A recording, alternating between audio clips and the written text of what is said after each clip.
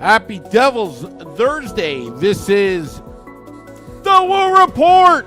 The Woo Report. The late morning Woo edition. Coming to you live from the bunker. Inside the Primetime Radio Studios. Streaming live on Facebook Live, YouTube Live, X Live, and Twitch on the Let's Go Devils Network. Josh S. finally here for Morning Woo. Max says woo. Same with JP. People filing into the chat room for another edition of the Woo Report, episode 388. Today's title, Devils will build on last season's success. We had a big podcast with Nick Villano, pucksandpitchforks.com, Vinny Parisi, Trey Matthews, Locked On Devils, and we discussed all 32 teams over and under. It was a 2-hour affair. I'm back with some more knowledge. But the one question was asked last night about the Devils, which led to this title, Devils will build on last year's success, which I believe. But how many points are they going to have? It's hard to make predictions because throughout an NHL season, there's a lot of highs and lows. Hopefully more highs than lows, but the Devils had a record-breaking season in terms of the franchise records across the board. Across the board, both individual and team records. The Devils thriving in 3-on-3 overtime. Got some points there. But there has been some changes to the lineup. The team is built a little differently, got much younger on the defense with Damon Severson and, oh my goodness, why can't I think of his name? Boy, I'm drawing a blank. Ryan Graves, sorry. It's that type of morning. I need my caffeine. That's what happens on Live. You get a brain fart in between, and then suddenly all hell breaks loose. Anyway, yes, gravy, JP. Yep. So the team is built a little differently. They will build on last season's success. I think more so for the playoffs than regular season points because the Devils are, well, the league has noticed, especially with the networks wanting the New Jersey Devils on national television, which was unheard of during the Lou Lamoriello days. But now they all want to see Jack Hughes, Nico Hischier, see what all the hype is all about. Jesper Bratt, Timo Meier. They want to see the exciting New Jersey Devils who basically annexed Canada, with the exception of the Winnipeg Jets, which you can't fault them on just the way the scheduling landed. It was the second half of a back-to-back on the road in the middle towards the later part of the season. Can the Devils actually repeat that? Or go sweeping through the Pacific like they did on the road? That's very hard to duplicate. So I'm not expecting the Devils to go above 112 points this upcoming season. I expect them to be a 100-point team. And it's not to say that they're not any better, but the Eastern Conference is stacked. It is loaded. The only thing good about the Eastern Conference, for the Devils and the rest of the teams, is that the Boston Bruins had to retire a couple of franchise pillar players, and Bergeron, and again, I forgot the other guy, but my brain's not working. But, yeah, the Eastern Conference is going to be tough. Carolina will be tough if they stay healthy. The Rangers, I think they're going to be competitive. I think the Islanders, again, are going to be competitive. Are they going to be elite? That remains to be seen. Probably not. Pittsburgh, that's an interesting scenario. They're all in. The last gasp of the Malkin-Crosby era. So it's going to be a tough fight for the New Jersey Devils. They're going to have to show up every night. They're going to have to rely on their elite speed and their youth and wear down opponents, but also play efficiently. And it all goes back to what I was saying the past few podcasts. It all comes down to John Marino, because John Marino is the stopper for the New Jersey Devils. What I mean by stopper is an elite shutdown defenseman. He doesn't have the size, but he does have the speed, and he has the hockey IQ, and he will be the key on that defense, because I'm not worried about the defense offensively, what they can bring to the table with added pressure, with Dougie Hamilton, with Luke Hughes. But I will say John Marino is going to be the key to that defense this upcoming season, as the Devils will try to build on last season's success. Toffoli will give the Devils some extra depth on the top six, like they need more depth on the top six.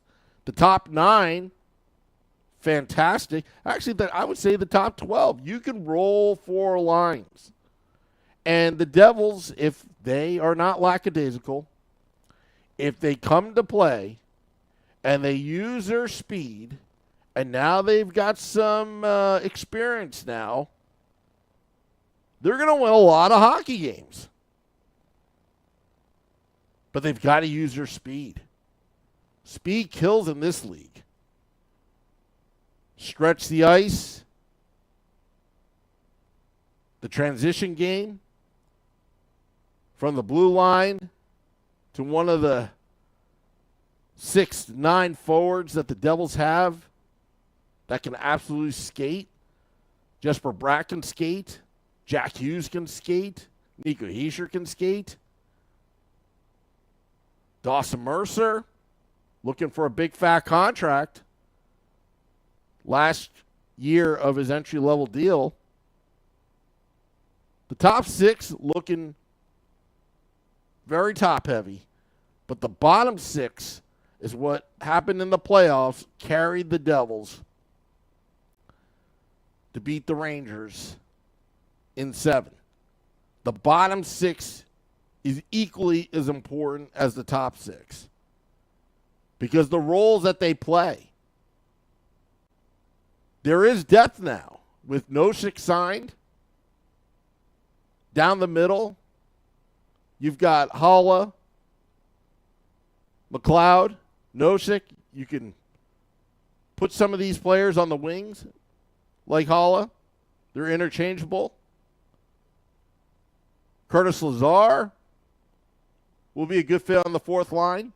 Nathan Bastian. I think Nathan Bastian, I think he's got a chip on his shoulder. He had that injury. It was no coincidence when Nathan Bastian went down in November, the team kind of slumped in December. But Bastian's going to be the key. Bastian will go in front of the net. You remember the time that bastion was on the power play. You got to get grit up front, and that bottom six is looking pretty good. Now, of course, you can interchange players. Put Holla on the second line with Jack Hughes, and you can mix and match. Injuries do happen, of course, of an 82-game regular season. But what about Nolan Foote and Alexander Holtz? Where do they fit into this lineup? They better show up in camp all ripped, cut, fast, determined, hungry. Will this be Alexander Holtz's time? Time to shine, Alexander Holtz. What about Nolan Foote? Will he bring the beefalytics? Tremendous amount of depth the Devils have right now. Both top six and bottom six. If Lindy Ruff can roll four lines, I'm not worried about the Devils' defense. The experience on the Devils' defense. Simon Nemitz, according to Tom Fitzgerald, doesn't have to make the team. And that's a good luxury to have. Another year in Utica would not hurt. It can only amplify the chances of a Devils dynasty. Having players, having the benefit of player development. You got to remember, these are young kids. Kids are coming overseas on their own for the first time in their lives. Different country, different currency, different language. There is an adjustment period there. Now, Luke Hughes, 2 years at Michigan. We saw glimpses of brilliance during the playoffs. But let's see how he sustains on an 82-game season. It's rough. No pun intended. But it's rough. So we have to temper our expectations on how the Devils are going to build on last season's success. A lot of rookies. However, what kind of rookies? If you remember the Devils in 1999-2000 season, there were 4 rookies that participated and have their names on the Stanley Cup. Brian Rafalski, but he played in Finland before he made it to Albany and the New Jersey Devils. John Madden, again, developed in Albany. Colin White, developed in Albany. And Scott Gomez, who just came out of nowhere and just lit it up. I believe he came from the Tri-City Americans. It can happen. But we have to temper our expectations because we're talking about the defense here. And, again, it goes back to you put Marino with Luke Hughes, good things will happen. Dougie Hamilton, he brings a lot to the power play. Size, I like to see more out of Dougie Hamilton. Siegenthaler, again, taking less to be with the New Jersey Devils. Steady defenseman. But let's not forget about Kevin Ball. Because Kevin Ball is an interesting player on the New Jersey Devils. Because he's got that size that you can't teach. He's starting to use that size. He is focused. A good friend of the podcast, Chico Resch, even alluded to watch out for Kevin Ball. Because Kevin Ball is a wrecking machine, a wrecking ball. No pun intended. Or was there a pun? Bachagaloop says a lot of blocks and hits. JP says Luke's new mantra is teach me how to Dougie.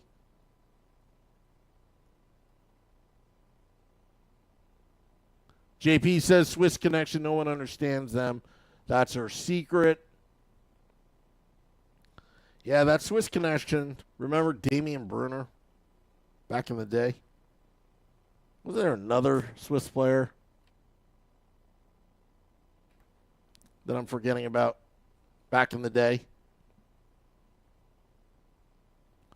Botchglue says McLeod, one of the best face-off guys in the league. That is true. So they've got some specialists on the team. They've got some beef. And again, you can roll 4 lines. And this is how you wear down opponents and then capitalize on stupid mistakes. But you've got to wear them down. You've got to kill them with speed. 60 minutes of hockey.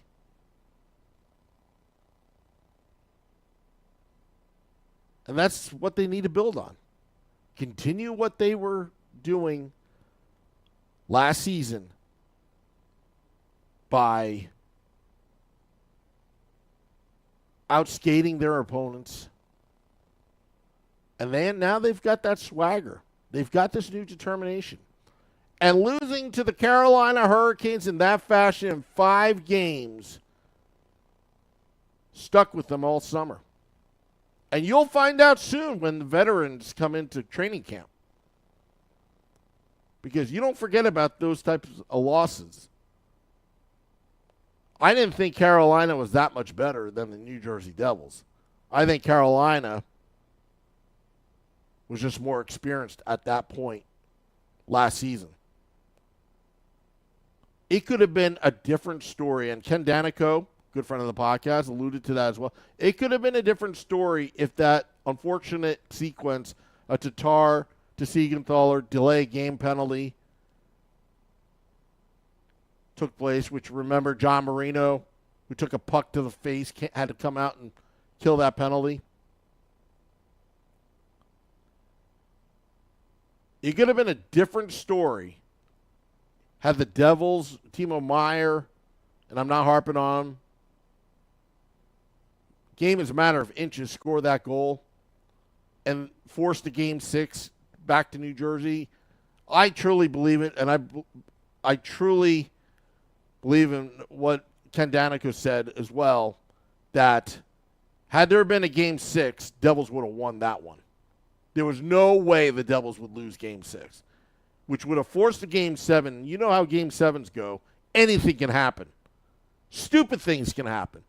It could be a Carolina Hurricanes fan throwing a chicken finger on the ice and hits the puck and deflects into the net and, all that kind of stuff. Anything can happen game 7. But had there been a game 6, there would have been a game 7 in Carolina. But the Devils would have had that momentum going into that game 7. But we shall see.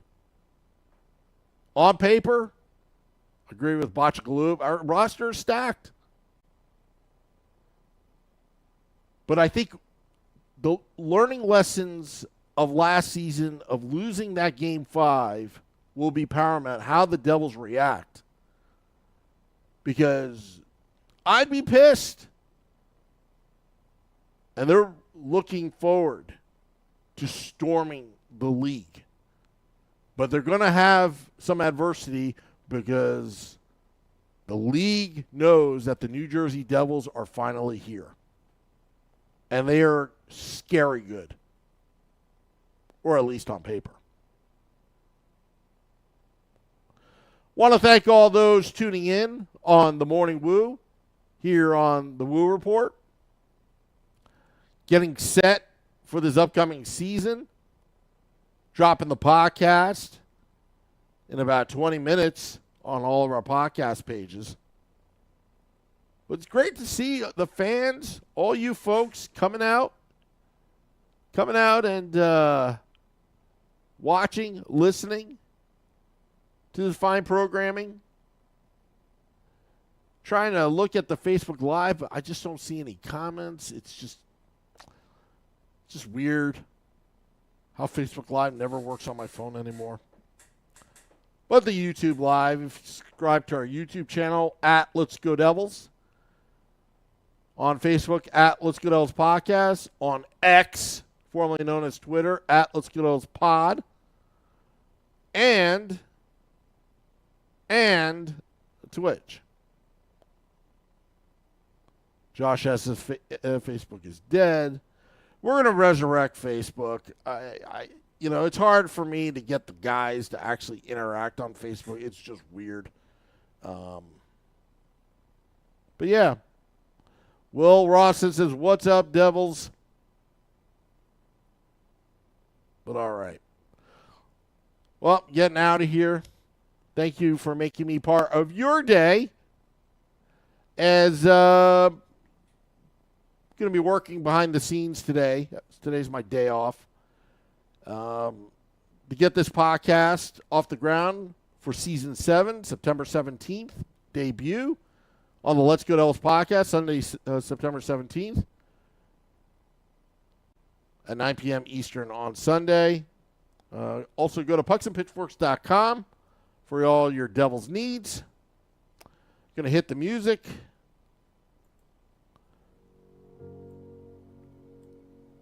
Will Rawson says this Devils fan is planning a weekend trip to NJ area and experience my first game at the Rock. Best seats.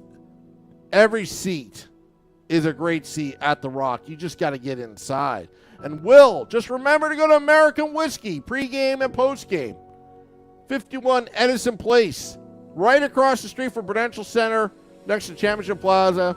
And if the weather's great that day, the big stage will be out in the middle of the street on game day. I can't wait for October 12th and 13th. I can't wait for this season to start. It's all about winning. There's going to be so much winning we won't even know what to do. Just win, win, win. There you go. This is the Morning Woo on the Woo Report. Till next time, let's go Devils.